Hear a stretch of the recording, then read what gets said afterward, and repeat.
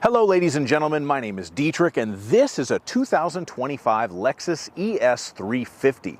And a lot of people these days might not realize, but the ES was a very significant car for Lexus, as it was one of two all-new models that the brand debuted with way back in 1989. Of course, the flagship LS400 stole most of the thunder, but its little brother, the ES250, was right there next to it at the very beginning as a gussied-up version of Toyota's stalwart Camry. And in the beginning, that car had the reputation of having very good value, nice luxury features, and not being very nice to drive from a handling perspective, although it was quite comfortable. But has that ethos carried on into this 2025 model? Well, today we're going to find out. I'm going to review this car for you. We're going to go over the styling, we'll look at the engine and transmission, we will measure out the trunk space, check out the passenger room, and look at the interior convenience and safety features on this ES350. And as always, if some of that sounds interesting and some of it doesn't, check the description below for timestamps. So we're going to start by talking about the styling on this 2025 ES350, and of course right up front we have Lexus ginormous spindle grille. I really hated this look when it first came out in 2011, and I don't think I was alone in that, although I think familiarity breeds ambivalence because at this point I just don't really care. It looks okay, I guess, on this car, but I still don't love it. The rest of the car looks alright. It should be noted you can upgrade the headlights to fancier looking 3-beam units that this car doesn't have. What this car does have is the 18-inch split 10-spoke alloy wheels with two-tone black and machine finish. Those are a $660 option, but to order them, you have to get the premium package, which is $2,790. And if you want the premium package, you have to order the wheels. So I don't know why they just didn't combine those two things and make it one package, but those are forced order options. If you want the premium, you get those wheels. If you want those wheels, you get the premium. And other than that, we have a whole bunch of chrome trim on this car that does go well with the iridium silver color. We have LED running lights in the front, and LED headlights and LED tail lights, and we have little fancy chrome cutouts in the bumper where the exhaust pipes are, and that's pretty much all there is to say about the styling on this Lexus ES350. Now we'll move on to talk about the powertrain, and the ES350 still means that you get a 3.5-liter V6 in 2025. As I said in the intro, the ES is still based on the Camry, just as it has been from day one, but the 2025 model is actually still based on the previous generation XV70 Camry, so the V6 engine is still optional. No turbocharger, no supercharger, 302 horsepower, 276 torque, all motor, mated to an 8-speed automatic transmission. It's a genuine automatic, not a CVT, so you have 8 physical gears in there. It snaps off the shifts super quick and super smooth. You really don't feel it shift gear at all. And when you put it in sport mode, it cracks off the shift so quickly, it almost feels like a DSG transmission.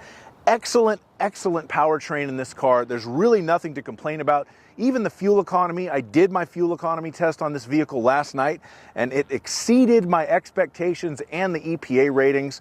You can get this car with a 4-cylinder or a hybrid, but don't bother. If you want something with a 4-cylinder or a hybrid, buy something else. If you're gonna get an ES, get the V6. This engine is so nice. I've just loved my time driving it, and this car has really done something weird. I expected it to not drive that well, but be very luxurious. As we'll see when we get to the features, the luxury quotient is questionable, but the way it drives really has surprised me. The handling's good, the acceleration's good, it's fun, the engine sounds good. This is actually a genuinely nice car to drive, and that's cool for such a big, comfortable sedan that is relatively affordable compared to its German rivals, and especially compared to its German rivals that actually have a 6-cylinder engine. So yes, the powertrain on the 2025 Lexus ES350 gets 2 thumbs up. I wish I had more hands. All right, now we're going to measure out the cargo space. So let me go ahead and open the trunk. And this is what the optional Lexus cargo net looks like. You can remove it and it folds up into that handy carrying case. And this car also has the Lexus rear bumper applique, although I'm not sure if it's showing up on the camera right now. But irregardless, we're going to get the old laser tape measure and measure this bad boy out. The length from the back of the trunk to the bottom of the back seat is 3 feet and 4 inches. The width at the rear of the cargo area at its widest point in what I call the golf club hole is 5 feet and 4 inches. Of course, the Lexus is the best car to buy if you're an avid golfist. The minimum width in between the wheel wells, 2 feet and 10 inches. The height of the interior of the trunk, 1 foot and 8 inches.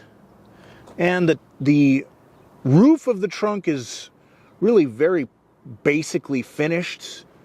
It's just not much different than Camry LE. Primed metal is all you get. And if you need to lift something into the back of the ES350, you'll need to lift it 2 feet and 6 inches off of the ground.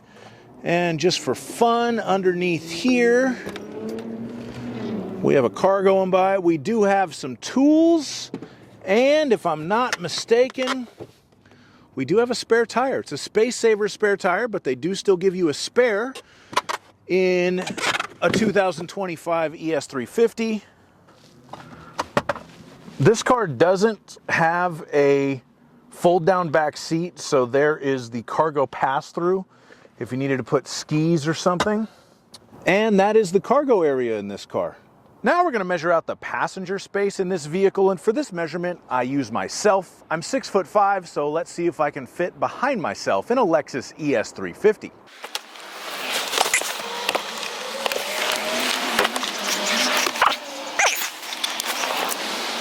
Okay, the answer to this question is yes. I can sit in the front. I have good knee room. I have enough headroom. And if I get in the back behind myself, I have enough knee room. I have enough headroom. Very good space. Even behind my natural driving position is a larger than average amount of space. So very roomy back here. We also have rear air vents. We have, let's see, a couple of USB-C power points. And we have a 12-volt cigarette lighter style power port. And we have some cup holders in the center armrest. We have a nice looking light. This car doesn't have a fold down back seat, so there is the cargo pass-through if you needed to put skis or something. And that is the cargo area in the Lexus ES350. Now we're going to move into the interior and talk about the features that you get in a Lexus ES350. And I have to say this is a relatively underwhelming thing for me. This particular car has an MSRP of right around $47,000. And as far as the features that you get for that money, it's basically like an upper-level mid-range Camry or Accord. You don't even get genuine leather. The seats are finished in what Lexus calls Nu-Luxe trim. The touchscreen is the exact same one that was in the base model Toyota Corolla LE that I drove a couple of weeks ago. And it's so similar that this car doesn't even have navigation. You would have to pay a monthly fee for the Lexus Connected services to have built-in nav on this car. But you do have wireless Apple CarPlay and Android Auto, so that's nice enough. The stereo system is mid at best and quite frankly not as good as what I would expect in a car of this price point that is a Lexus, but you can get an optional Mark Levinson sound system that I certainly hope sounds better. This car does have the optional premium package, which is $2,790 plus $660 for the optional wheels that are not optional when you get the premium package. This gives us heated and ventilated front seats and a heated steering wheel. We get power folding exterior mirrors. We have what Lexus calls intuitive parking assist, which is just parking sensors that'll beep at you if you're getting too close to something. And you also have automatic braking and rear cross traffic alert. We have memory seating. We have wireless charging for a cell phone and wood trim. And other than that, I don't know, it's got a power steering column, it's got a standard moonroof.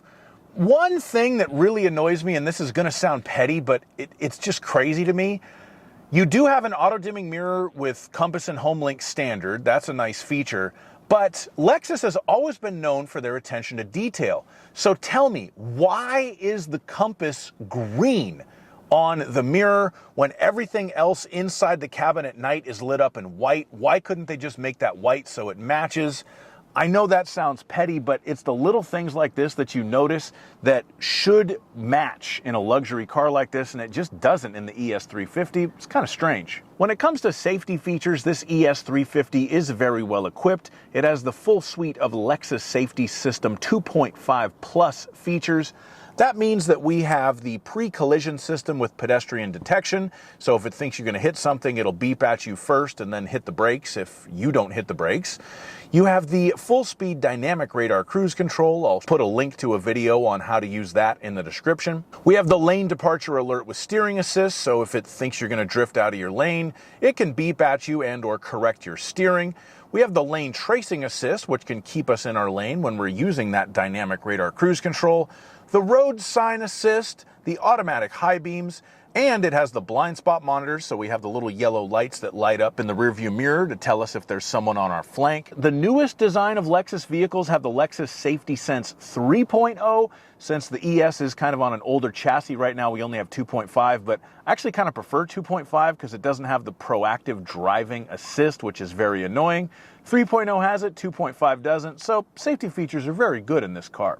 Thank you very much for watching my review on this 2025 ES350. I have to say this car's been a bit of a surprise to me. It's been a while since I did some seat time in an ES, and this car was much sportier and much nicer to drive than I expected, and not quite as luxurious on the inside. But overall, it is a very nice car, and I do enjoy it. And with all that being said, please give me a like, please leave me a comment, subscribe to my YouTube channel, and have a great day. Bye-bye.